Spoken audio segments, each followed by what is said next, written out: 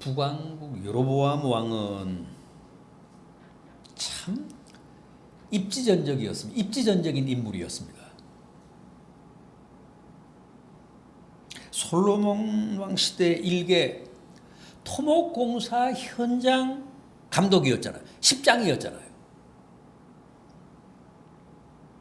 그랬던 사람이 나라가 남북으로 분단이 되자, 분열이 되자 일약 북이스라엘의 초대 왕이 되어서 무려 22년간 북왕국을, 북이스라엘을 통치했으니까 확실히 난 사람이었습니다.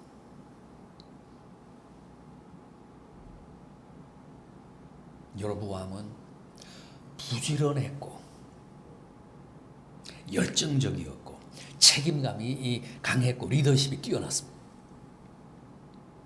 그래서 솔로몬 왕 눈에 든 겁니다. 그래서 솔로몬 왕이 말단 관리였지만 총애했습니다. 그리고 하나님도 선지자 아히야를 보내셔서 이 나라가 이제 남북으로 분열이 될 텐데 너를 내가 북왕국 이스라엘의 왕으로 세우리라. 그런 예언을 주셨잖아요.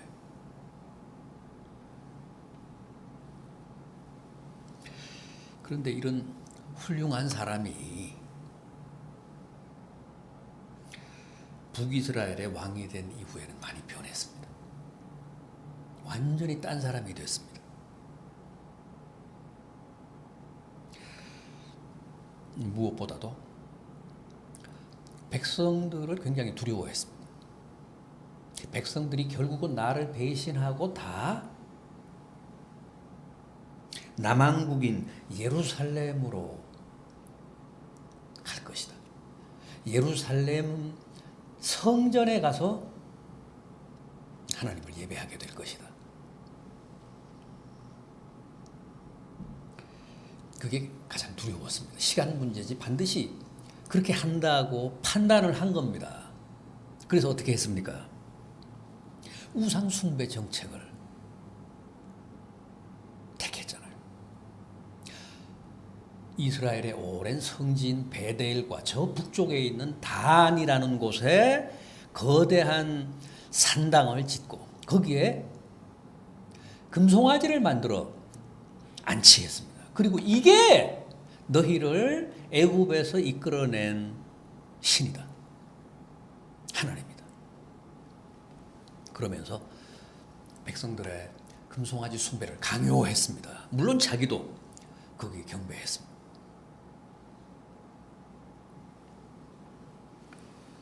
그래서 북이스라엘, 이스라엘 12지파 가운데 남왕국이 된 유다 지파와 베냐민 지파를 뺀 나머지 10개 지파로 하여금 다 여호와가 아니라 금송아지를 숭배하게 했습니다.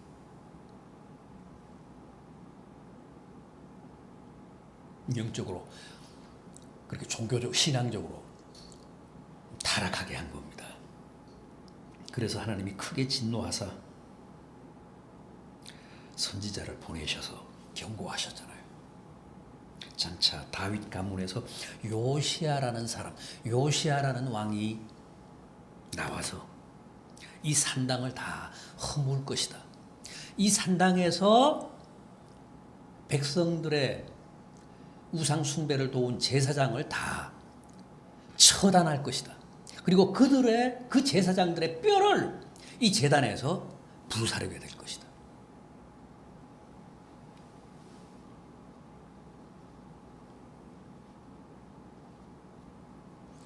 그리고 하나님이 그의 아들을 치셨습니다.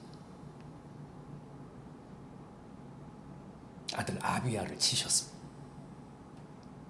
그 아들을 병들게 하신 겁니다.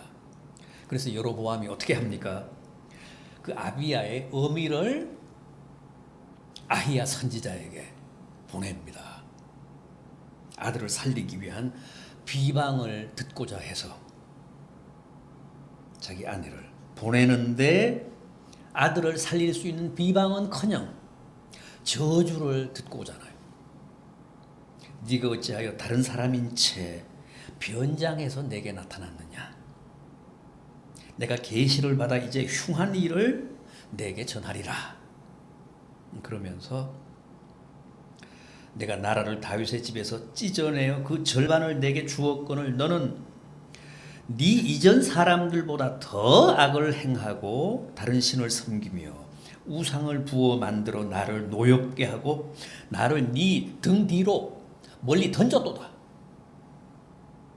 그러시면서 내가 여로보암의 집에 재앙을 내려 여로보암에게 속한 사내는 이스라엘 가운데서 다 끊어버리되 거름더미를 쓸어버림과 같이 쓸어버리겠다. 또 여로보암에게 속한 자가 성읍에서 죽은즉 개가 먹고 들에서 죽은즉 공중의 새가 먹게 하겠다 그러셨습니다. 그러면서 여로보암의 아내에게 너는 일어나 네 집으로 돌아가라. 네 발이 성읍에 들어가기 전에 그 아이가 죽을지라.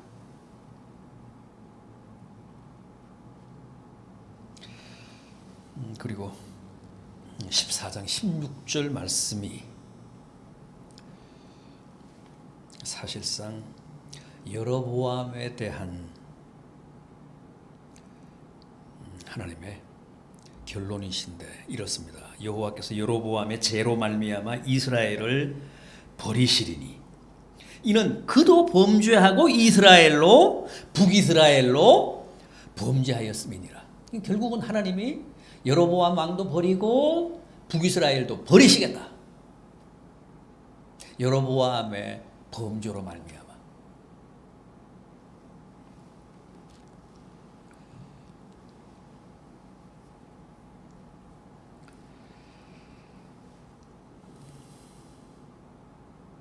그런데 오늘 우리가 함께 본 그 본문 말씀은 21절 이하는 북왕국이 아니라 남왕국 유다의 왕인 솔로몬의 아들 르호보암의 얘기입니다. 오늘 우리가 함께 본 본문은 북왕국 얘기가 아니라 남왕국의 얘기입니다. 르호보암은 41세의 왕위에 올라 폭정을 했습니다. 나라의 여러 원로들이 이 르호보암 왕을 찾아가서 백성들의 무거운 멍에를 좀 가볍게 하는 선정을 베푸십시오. 그래야 백성들이 당신을 추종할 겁니다. 그렇게 충고를 했는데 르호보암이 뭐라고 답을 했습니까? 12장 11절을 보면 내 아버지께서 너희에게 무거운 멍에를 매게 하였으나 나는 너희의 멍에를 더욱 무겁게 할 것이라. 내 아버지는 채찍으로 너희를 징계하였으나 나는 전갈로 징계하리라.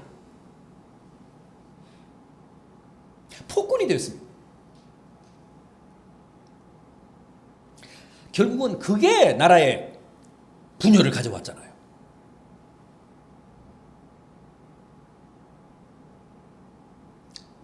북쪽에 있는 10개 지파가 그러면 좋다. 우리는 여로보암을 당신 대신 왕으로 옹립해서 여로보암을 따르겠다. 그렇게 해서 사실은 남북이 분열이 됐잖아요.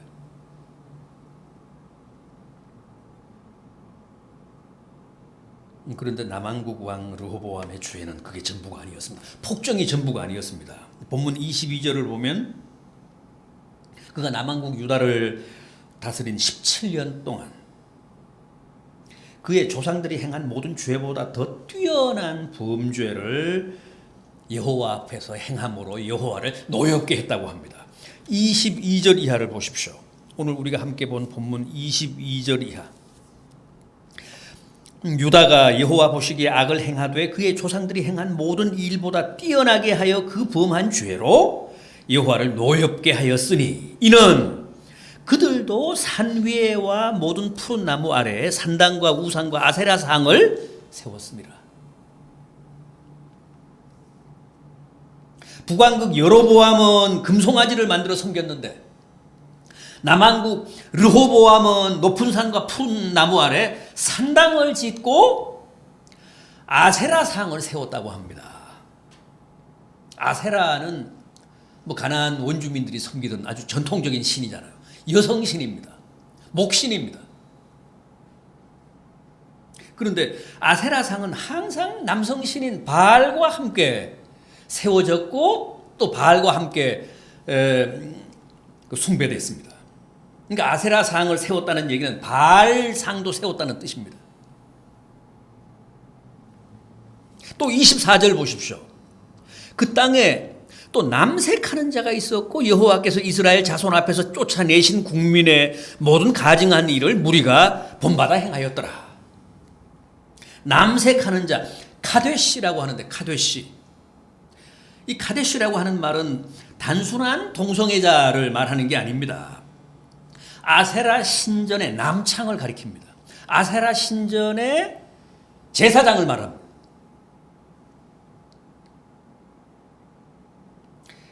신전에서 아세라 신을 예배하는 의식으로 동성을 상대로 매음을 했던 남성 사제들, 가나안 원주민들에게는 그게 뭐 일상이었습니다. 가장 보편적인 신이 아세라와 바알이었으니까 그게 그들의 종교 생활이었습니다. 그런데 이스라엘 백성들이 가나안을 정복하면서 하나님이 그들을 진멸하거나 다 추방하라고 하셨잖아요. 쫓아내라고 하셨잖아요. 그래서 사실은 그렇게 했는데도 그 잔재가 남아서 이 남왕국 유다왕 르호보암과 백성들이 새삼스럽게 그 우상과 그 우상 문화를 본받고 또 백성들이 함께 행했다는 거예요.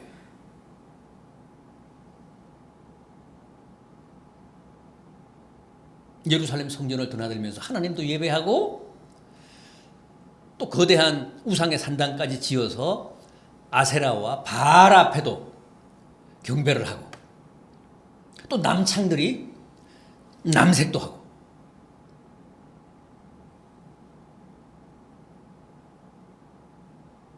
그러니까 전통적인 그 이스라엘의 하나님 신앙이 완전히 변질이 되고 왕과 백성들이 영적으로 완전히 바닥까지 추락했다는 뜻입니다.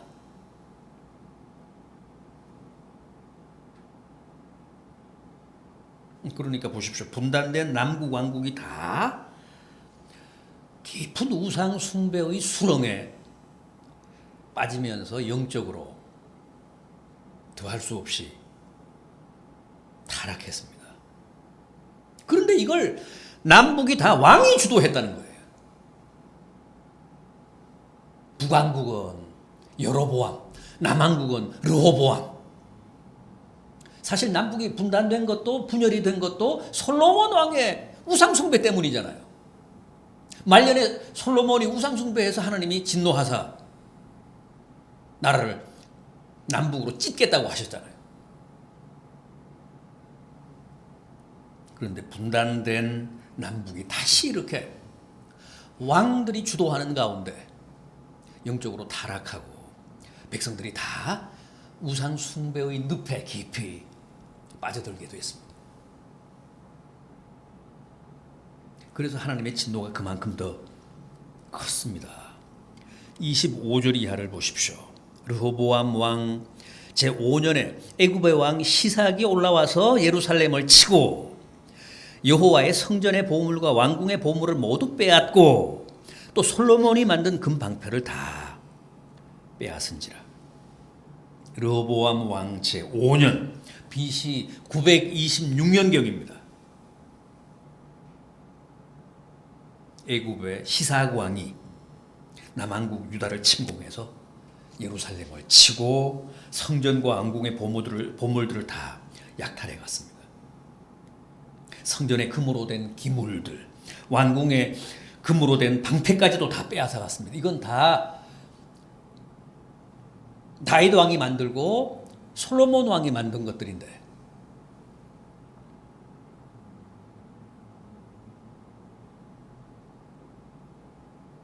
특히 성전의 그 기물들,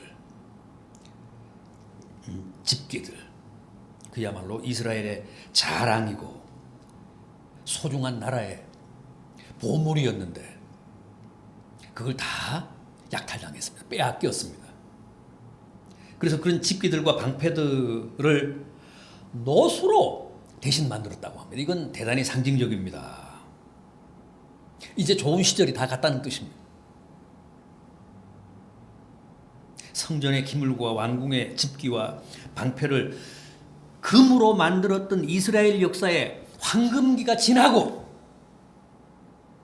이제 그 모든 것을 노수로 만들어야 하는 시대가 왔다는 뜻입니다.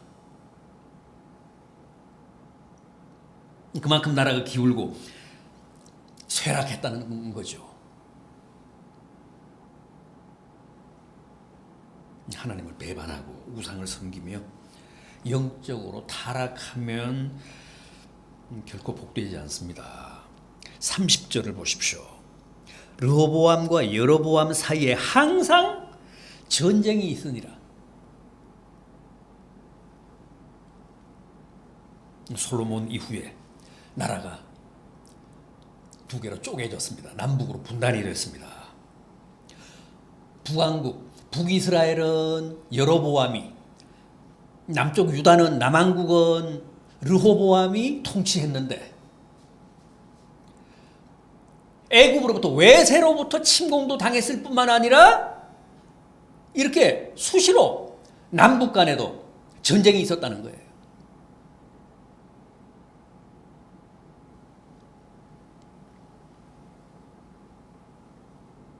30절 말씀이 바로 그런 얘기입니다. 르호보암과 여로보암 사이에 항상 전쟁이 있으니라.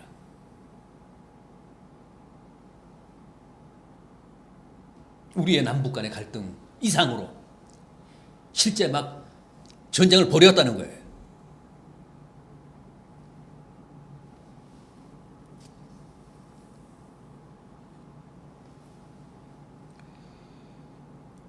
그렇게 하다가 결국은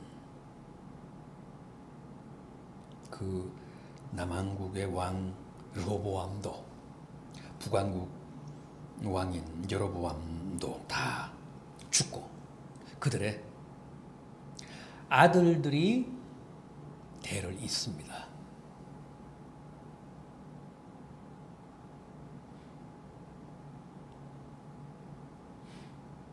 남왕국 르호보암의 아들 아비암이 다시 남왕국의 왕의 자리에 올랐다고 합니다.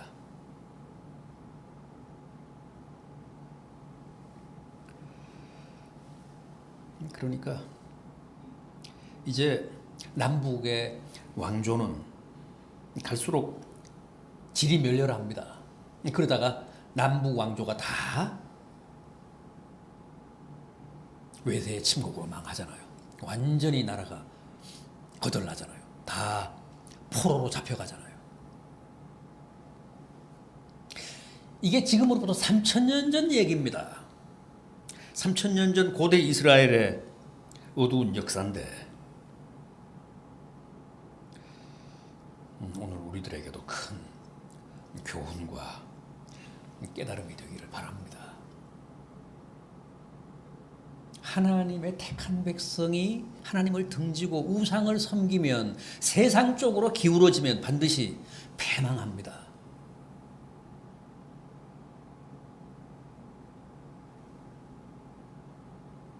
고대 이스라엘의 역사가, 고대 이스라엘의 남북 왕조가 그 사실을 오늘 우리에게 확실하게 전하고 있습니다. 오늘 이 말씀이